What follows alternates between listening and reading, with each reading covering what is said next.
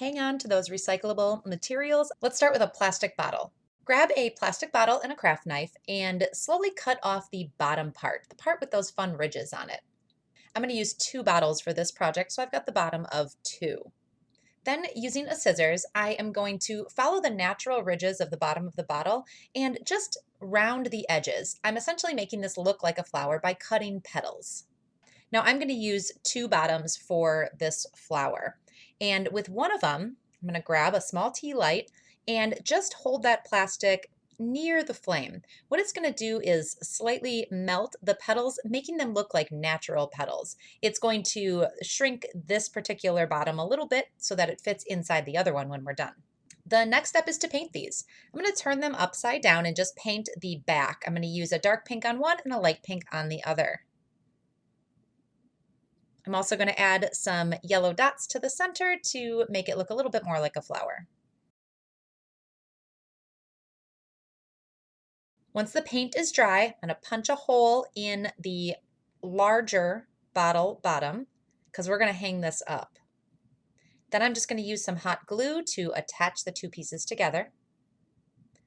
Tie some string through that hole, and this makes a beautiful sun catcher in my window.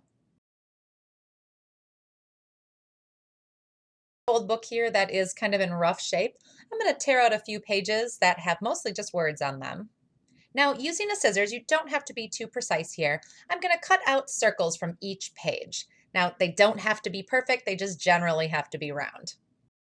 Now I'm going to cut a spiral shape into the circle. So just starting at the edge, I'm going to cut all the way around to the middle, leaving a small circle in the middle.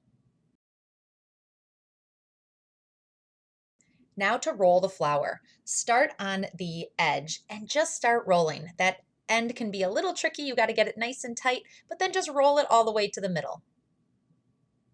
At the very end here, I've got this little circle left. I'm going to put a bit of glue on there and place the rolled part on top of the glue. This is going to secure it in place and hold it well.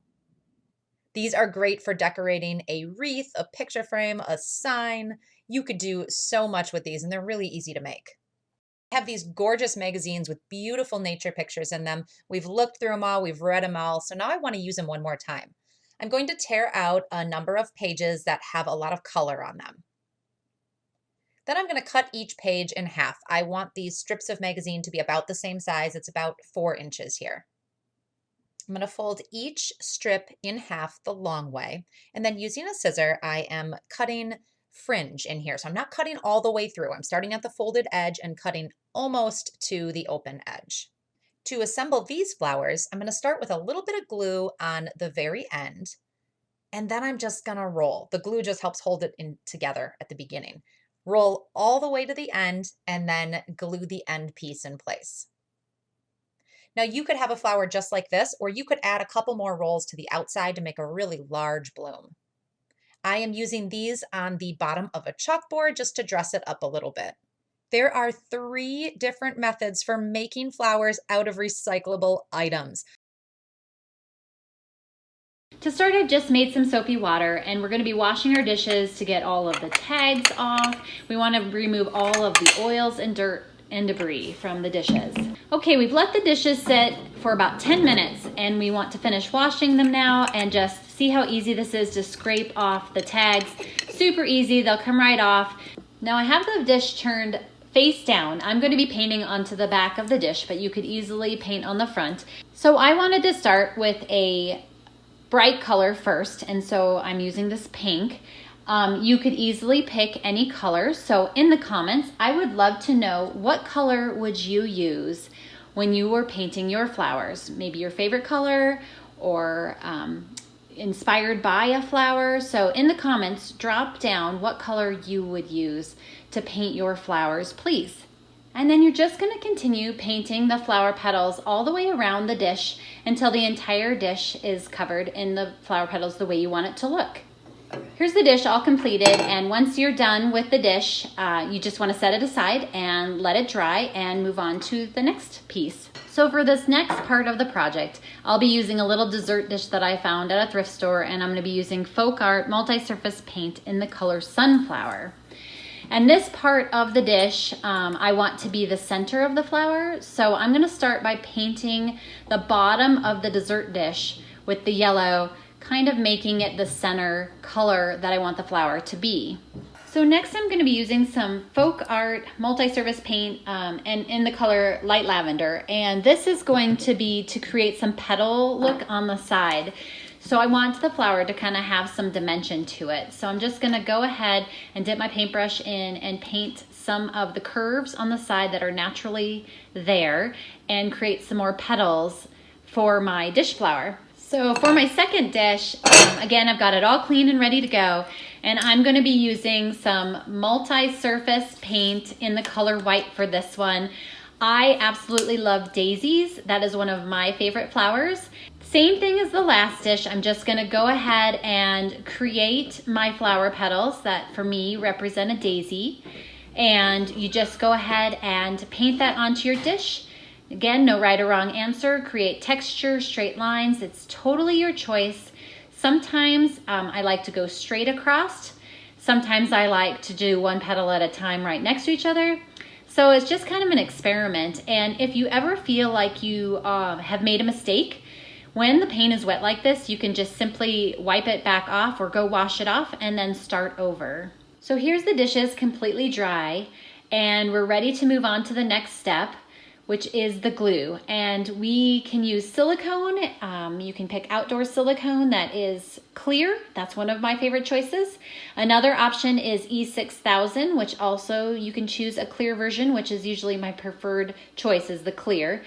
You can also look for something like a super glue, or like this Fix-All is at the dollar store, and these work all equally as well with adhering your dishes together.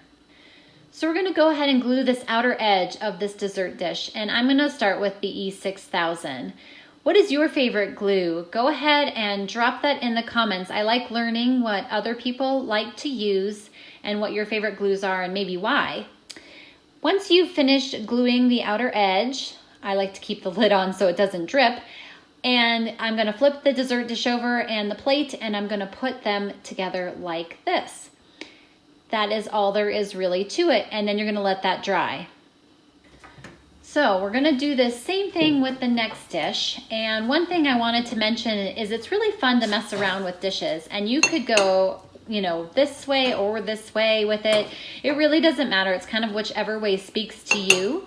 But I'm gonna go ahead and glue this one the same. So I'm gonna take my E6000 and I'm gonna go around the outer edge, and then I'm going to flip it over and adhere it to the dish to complete this flower as well. And then I will let this one dry too.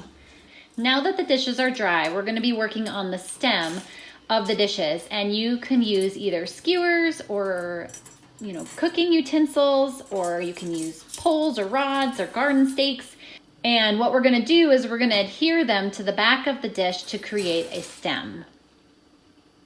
I'm going to go ahead and use my E6000 glue again, and I'm going to put some on the part that's going to attach to the dish.